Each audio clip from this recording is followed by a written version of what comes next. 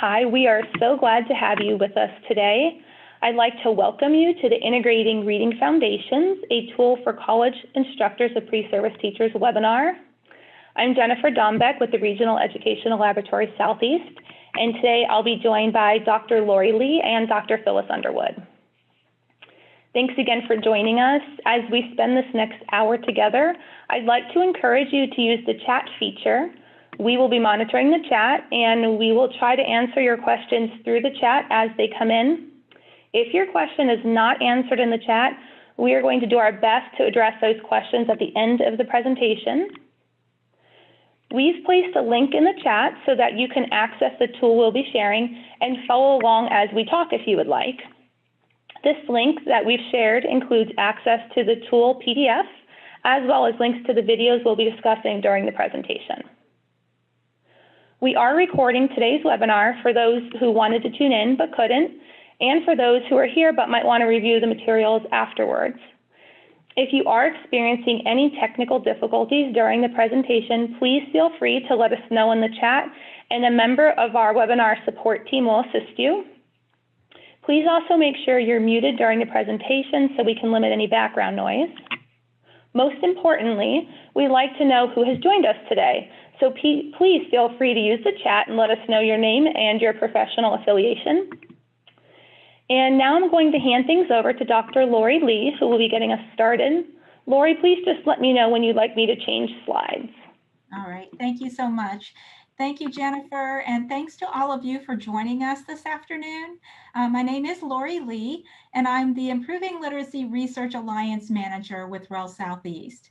And so I would like to welcome you as well to this overview of the tool Integrating Reading Foundations, a tool for college instructors of pre-service teachers, provided by REL Southeast.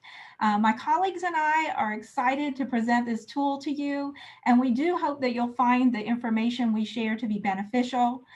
That said, please know that we don't mandate or require that you use this tool or any of the information or practices that we share with you today. So Jennifer, you can advance that slide for me.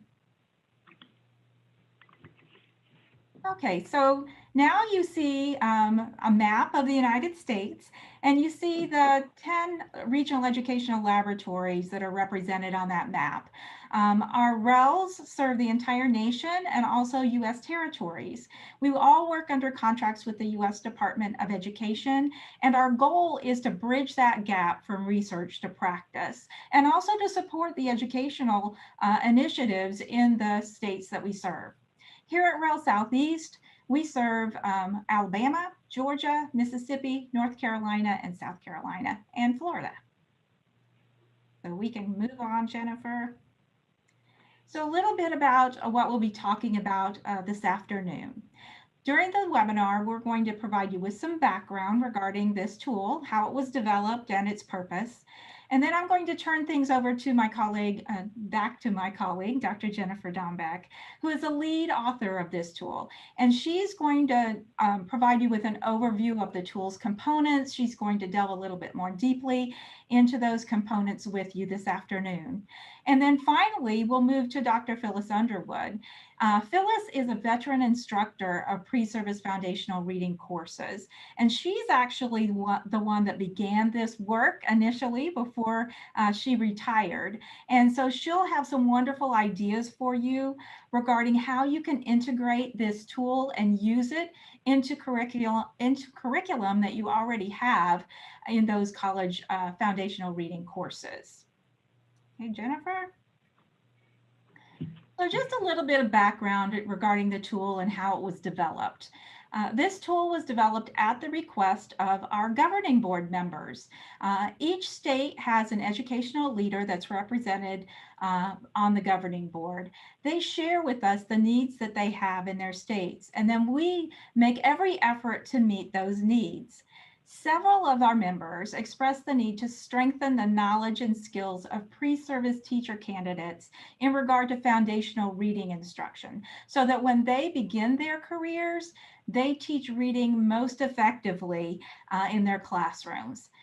Therefore, we made it a priority to develop a tool that could be used by instructors of pre-service teachers, and one that they could integrate into their foundational reading courses. The tool is based on the Foundational Skills to Support Reading for Understanding in Kindergarten through 3rd grade practice guide. And that practice guide provides 4 recommendations, and it's based on 20 years of reading research, the last 20 years of reading research since the National Reading Panel report. And it's designed to help teachers improve their teaching of foundational reading skills in the primary grades. There are 3 to 5 how-to steps in that guide, and they really help to implement those recommendations. The chair of the panel that developed this practice guide was Dr. Barbara Foreman, and Dr. Foreman was the director of REL Southeast until her retirement at the end of 2019. In addition, REL Southeast has created a professional learning community for in-service teachers based on this same practice guide. This was an extremely valuable resource in creating the same kind of tool for pre-service teachers. Once a solid draft of the tool was developed, one of our governing board members, Dr. Carol Donovan, piloted it at the University of Alabama. And then we incorporated her feedback as we move forward. Okay, so Jennifer. All right, so now you see the practice guide recommendations on your screen. There are 4 of them, and recommendation 1 pertains to every grade K through 3. And then recommendations 2 through 4 are applicable at different grade levels, with recommendation 2 beginning at the beginning of kindergarten and then fading out by the beginning of 2nd grade typically. And then recommendations 3 and 4 pick up midway through kindergarten and then extend through 3rd grade and actually beyond that. As I shared, each recommendation has 3 to 5 how-to steps.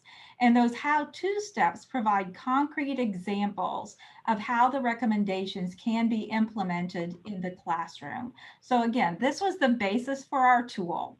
And so now I'd like to turn things back over to Dr. Jennifer Dombeck to share a little bit about the components of the tool. All right, thank you, Lori. So for those of you who actually clicked on the link, you can follow along in the tool as I talk about the components of the tool, but I've also got screenshots from the tool on the slides and that you can follow along with as well. So the tool consists of 12 lessons in an optional introductory session. The optional introductory lesson plan helps the instructor guide pre-service teachers in becoming familiar with the practice guide Lori was sharing about. Each of the lessons in the tool is aligned with a recommendation and step from the practice guide. Each practice guide recommendation spans multiple lessons. While we encourage college instructors and pre-service teachers to become familiar with the practice guide as it is a very valuable tool, our lesson plans in this tool that we developed can be used successfully without having read the full practice guide. The introductory session is designed to familiarize pre-service teachers with the structure and content of the practice guide. During the introductory session, pre-service teachers would have the opportunity to share what they already know are key steps in young children learning to read, and they would participate in a jigsaw activity to gain an understanding of how a practice guide is developed and become more familiar with its content.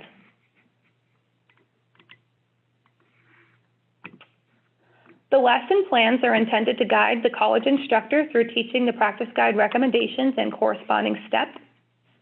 Each lesson plan lists the practice guide recommendation and step at the top in those blue boxes there. And a list of resources is provided, which includes suggested reading from the practice guide, links to each video that will be included in the lesson, and the corresponding appendix pages. And that's where the materials for the pre-service teachers are located. Each lesson starts with a brief overview for the college instructor. Instruction for each lesson begins with a section called Access Prior Knowledge, which allows pre-service teachers to share what they already know about the topic. The Explain section provides support for the instructor as they introduce a concept. Following the Explain section, each lesson contains a series of guided practice opportunities in which pre-service teachers can apply taught concepts through various short exercises. The videos in each lesson correspond to a guided practice section and always include an opportunity for pre-service teachers to reflect on the video.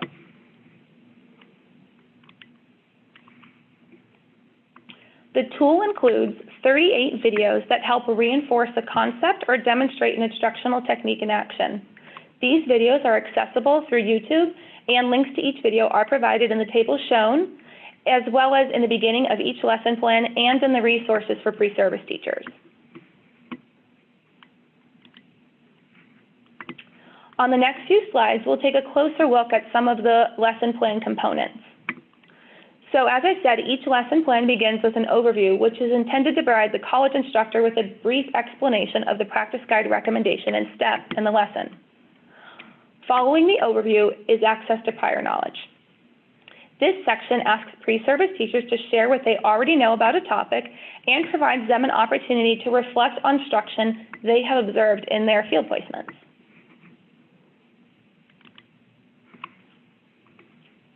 There are explained sections that appear several times throughout each lesson as a new concept is introduced.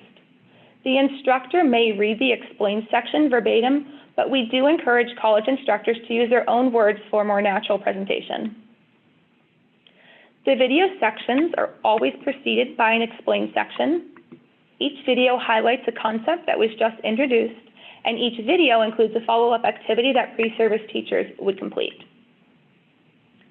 Example responses for video follow-up activities are always provided for the instructor when there is a precise desired response.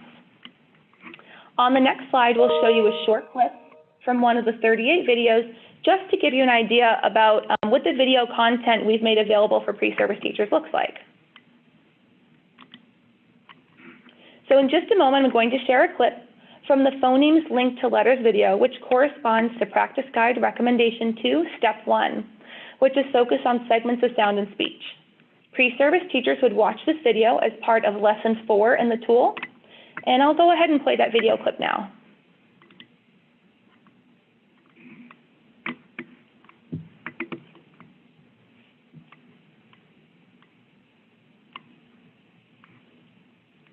An effective small group activity for building phonemic awareness is the use of Elkonin sound boxes. We've been working on breaking apart and putting together phonemes, or the individual sounds that we hear in each word, okay? So first we're going to say the word. Next we're going to hold up one finger for each sound that we hear in the word. Then we're going to touch and move the chips for each sound that we hear in the word. We're going to touch each chip and say the sounds that we hear. And then we're going to read the whole word while tracking with our finger. I'm going to do an example first. So the word is saw. I'm going to say the word saw. I'm going to hold up a finger for each sound I hear. Saw. I'm going to touch and move the chips for each sound I hear. Saw. I'm going to touch each chip as I say the sounds in saw. Saw. Then I use my finger to track and read the word saw. Can you try that with me? Mm-hmm. So your first word is T. Say T. T. Hold up one finger for each sound you hear in T. E. Touch your chips and move them as you say each sound you hear in T. E. Touch each chip and say the sounds in the word. E. And use your finger to track and read the word. T. Good job. All right. The next word, go ahead and clear your chips.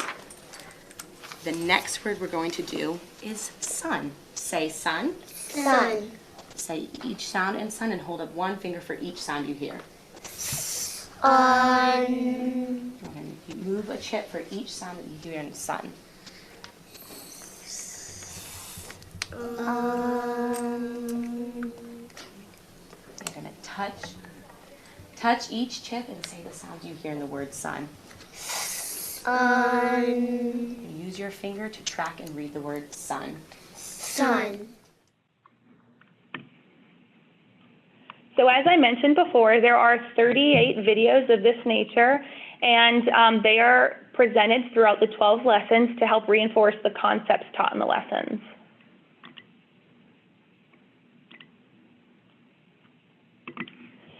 And then we have guided practice. So guided practice often occurs multiple times throughout each lesson and provides the pre-service teachers an opportunity to have hands-on practice with the newly learned concept. So in this lesson plan example, pre-service teachers are practicing using Elkonin sound boxes with 2 and 3 phoneme words. The pre-service teachers would first watch the video that we just shared, and that video we shared is just a clip of the video that's actually about a 5-minute video. And then they would come back together as a group and practice actually doing that activity with new words. Each of the 12 lesson plans has a corresponding appendix section that I previously mentioned. The appendix materials are to be used by the pre-service teachers. The appendix section contains suggested readings from the practice guide and links to the videos that correspond to each lesson. For each of the 38 videos, there is a video reflection worksheet. For some videos, the reflection is posed more so as a prompt, and those prompts are intended to spark discussion amongst pre-service teachers in the classroom. While other video reflections will ask pre-service teachers to complete an exercise to demonstrate or check understanding of a concept presented in the video. So in this screenshot of the lesson plan, you see there's multiple videos, and each of those videos has a reflection activity that you would participate with your students after the video.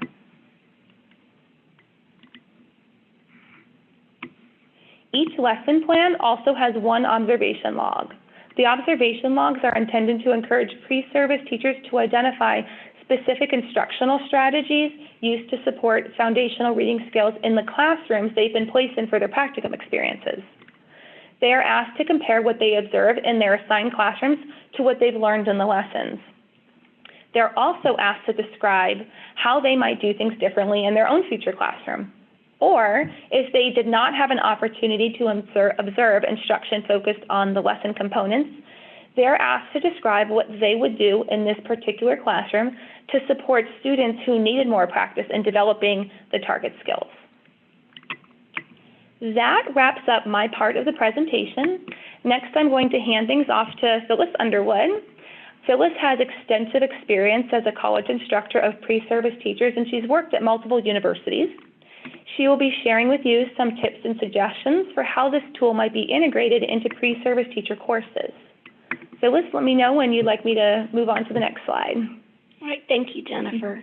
Go ahead. All right, one of the really nice things about this tool, the release of this tool, is the timing. As we all know, we've had to adjust how we deliver instruction over the past year. And so this tool provides the opportunity to deliver the lessons in multiple formats. They can be done face-to-face, they can be done in a hybrid situation, a flex situation, or remote learning. Within the institution's online course platform, you're able to deliver the lessons, so it doesn't have to be a specific platform. So in place of a face-to-face whole class and small group discussion, you can actually use discussion boards within the platforms or chats or live streaming. If we go back to and talk about the videos that Jennifer just presented, the nice thing about having the links to all the videos is even though the students may see the videos for the first time in a class setting, or they may see them before they meet face-to-face in class, they can always go back and look at the videos afterwards to really break down the components of the instruction. And then have the opportunity for the pre-service teachers to complete and submit all the observation worksheets and the observation logs electronically. So if you are doing remote learning, everything can be handled remotely. It does not have to be face-to-face. All right, next slide. So you can align the lesson plans with course content. When we first started developing this tool, this was something that we really spent a lot of time working on because we know every instructor has a different course content sequence. And we didn't want to have a prescribed manner that you had to present this. We wanted to provide you with some flexibility, but it can be done in the order with which the lessons are presented because it does align with the practice guide that Lori described earlier. The progressions of lessons are read. They can be read to be presented with the way the What Works Clearinghouse practice guide in the order of those particular recommendations. But let's say that you are starting with phonemic awareness at the beginning of a semester. You can focus on the phonemic awareness lessons and then move to the other lessons based on the sequence of your instruction that you have built within your own course. So that's another nice feature of this tool, is that it can be adapted to how you are presenting the information within your own course. Next slide. And then managing your instructional time. This is another great feature. You are the instructor in the course, and you can decide how you want to present the information. The timeline for completing the lessons is very flexible. The optional introductory session that Jennifer mentioned earlier, it can be completed prior to the first lesson, or it can be completed on the same day as the first lesson. The lessons are designed to be presented within a single class session, but if you have a very limited amount of time that you have students face-to-face, you can break that lesson session up. For example, the past year I've been teaching a course and we had a hybrid model, and so my time with the students was face-to-face was very limited. I had an hour and 15 minutes each week with students face-to-face. The other hour and 15 minutes was done online. And so I would, if I were using this tool in the classroom, I would not spend my entire hour and 15 minutes on the lesson from this tool, but instead I would break that up and have half of it be done face-to-face, and the other half we would do remotely. The other thing, I mentioned this earlier, is that the videos, if you don't have as much time with students face-to-face, you can have the students watch the videos ahead of time so that you can spend that time face-to-face discussing the videos and what the students actually saw, and they can complete the worksheets before coming to class. That way you have an opportunity as an instructor to have your discussion time in face-to-face with the students, and they also have an opportunity to ask questions of the instructor and ask questions of one another. Okay, I'm going to turn it back over to Dr. Dombeck. All right. So we would love to take questions for you, but before we do that, we want to let you know that in the chat box, we're going to provide a link to a stakeholder feedback survey. And we ask that you please click on that link and fill out the survey. It should only take you a few minutes to complete. These surveys are very helpful to us at the REL Southeast. It helps us better meet your needs as stakeholders. We do review all of the feedback from the surveys, and we use that information as we plan future projects and even future work within the current projects that we're presenting. So if you could take a moment and fill out that survey, we would greatly appreciate it. That being said, if you have any questions at the moment, please feel free to type them in the chat. I believe Lori has been doing her best to answer any that you've already put in the chat, but if there are any, Lori, that you felt were difficult to answer in the chat, please chime in and let us know and we can just discuss them. Okay, there are just a couple of questions. One of them just came in, so I didn't have a moment to type. But this question is from Stephanie, and she says, would you see this tool being used in level 200 courses, such as Reading Foundations, or a 300 level course, such as Reading Methods, or both? Oh, this is a good question. When we first started developing the tool, we were thinking that it would align nicely in a Reading Foundations course, but it could also be used as a supplement in your Reading Methods courses as well. It's a great question. Thank you. And then the other question came in, will you discuss the assessments you use alongside a course that includes this content?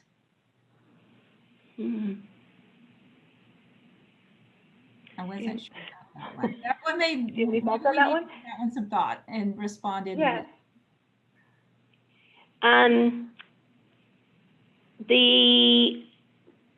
Because we did not want to prescribe any particular assessments to align with this tool, it provides flexibility to be able to create your own assessments if you would like. I feel like the worksheets that the pre-service teachers are completing and the logs that they're completing, I think those provide the course instructor with some immediate feedback, which I think is important because then that helps the instructor decide whether or not they need to adapt how they're delivering the lessons from the tool. So there's going to be a lot of formative assessment that goes along with this particular tool. And we did not create a summative assessment, so to speak, but you could create something based on the content, particularly the explain sections of the tool could be used to create kind of a summative assessment that you might want to use in addition to, like, for example, your semester exam, or if you are offering 2 exams in a semester, perhaps use this for one of your 2 exams. But it does provide you the flexibility to create the questions. But that's a good question about the assessments. Thank you, Phyllis. And so then another question has just come in. Do you recommend using this resource as the primary source for a Reading Foundations course? My suggestion is that this be used as a supplement because there are so many great resources out there that provide the depth and breadth of knowledge that our pre-service teachers need to know about Reading Foundations. So this would definitely be a supplemental tool. And I do want to mention, it is based off the practice guide, which we shared, and the practice guide serves to synthesize the most effective and widely researched areas in reading instruction that we know are effective. That is not to say there are instructional strategies and skills that should not be taught in a pre-service teacher course that aren't included. There are some potentially that aren't included in the practice guide. So this is solely based off the practice guide. That's an excellent point, Jennifer. Thank you. And then I've seen a couple of questions like this. People are loving this, and they're wondering if we're working on something for teachers of older grades. And also there was a question in regard to writing. So right now there are not plans in the works for those things. However, we all know that there are multiple practice guides available on different content areas and across grade levels. So I suppose nothing is off the table, but like we said, your feedback as stakeholders is what drives the work that we do. So when we hear feedback like that, we take that information back to our team for discussion. So if you have any thoughts of that nature, please share. We love to hear your ideas. And then this was described early in your presentation, but to clarify, this tool would be used as we walked through the practice guide with students, or the students would read and possibly jigsaw prior to using the tool? Great question. So the tool could in theory be used without having opened the practice guide at all, but we strongly encourage the practice guide to be part of using the tool in the classroom. So that introductory session that we mentioned earlier should only take 1 class session to complete, and it wouldn't in theory not even take a whole class session, but that provides you the opportunity to have pre-service teachers actually open up the practice guide and go through it and become familiar with its content. It doesn't per se require them to read the whole practice guide front to back. It is a large document. But in each lesson, we do provide the recommended readings that are linked to the practice guide. So at the beginning of each lesson plan, the instructor would know which pages from the practice guide to suggest for their students to read. And when you break it down like that, it makes it far less cumbersome to take on as a reading assignment. Thank you. And then just the point was made, and I think that we've addressed it a couple of times. The point was made regarding the requirements of the particular classes that some of these instructors teach, and thinking about integrating this. And I know we've made the point a couple of times in regard to the flexibility of this tool and the ability to take those components that would be helpful and use them in conjunction with other course materials. So certainly wanted to reemphasize that. I think at this point, there don't seem to be any other questions. All right, so thank you, Lori, for your manning the chat feature. We appreciate that. So if you have any questions after we wrap up for the day, please feel free to reach out to us. Once the webinar is wrapped up, you will be getting an email that also contains the survey link that you can fill out through your email. And when we send that email, we can also send you a link to this tool. And once the webinar is recording is available, we can send that out as well so that you can go back and rewatch it, or if you have any colleagues you'd like to share with, please, forward the information on to them as well. But definitely reach out to us if you have any questions at all about how to use the tool, or if you'd like some tips for integrating it into your coursework. We're happy to give feedback and assist in that way. And also, we mentioned that if there are other groups that might benefit from us sharing with the tool with them, we would be glad to touch base with them. So we would appreciate your help in dissemination of this tool.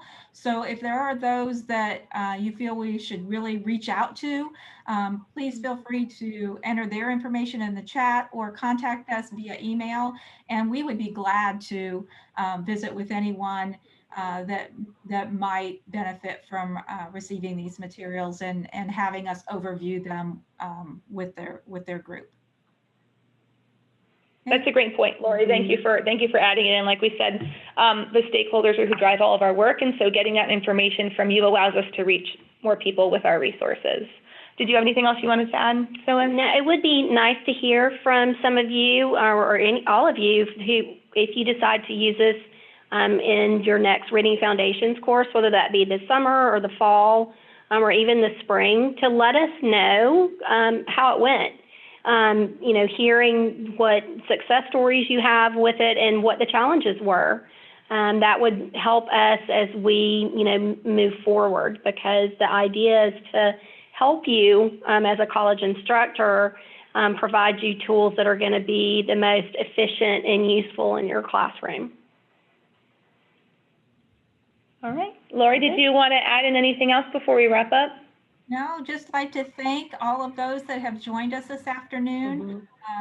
Thank you for taking your time away from your day to be with us. Thank you for your thoughtful questions. We've had a number of very thoughtful questions and your positive comments, so we appreciate that. Thank you. All right, thank you, Lori, and thank you to our behind-the-scenes webinar support team and Phyllis for joining me today. We appreciate your time. We know your time is valuable, and we hope to hear from you about your feedback on the tool, and hopefully you're going to try using it in your classrooms. Thank you all.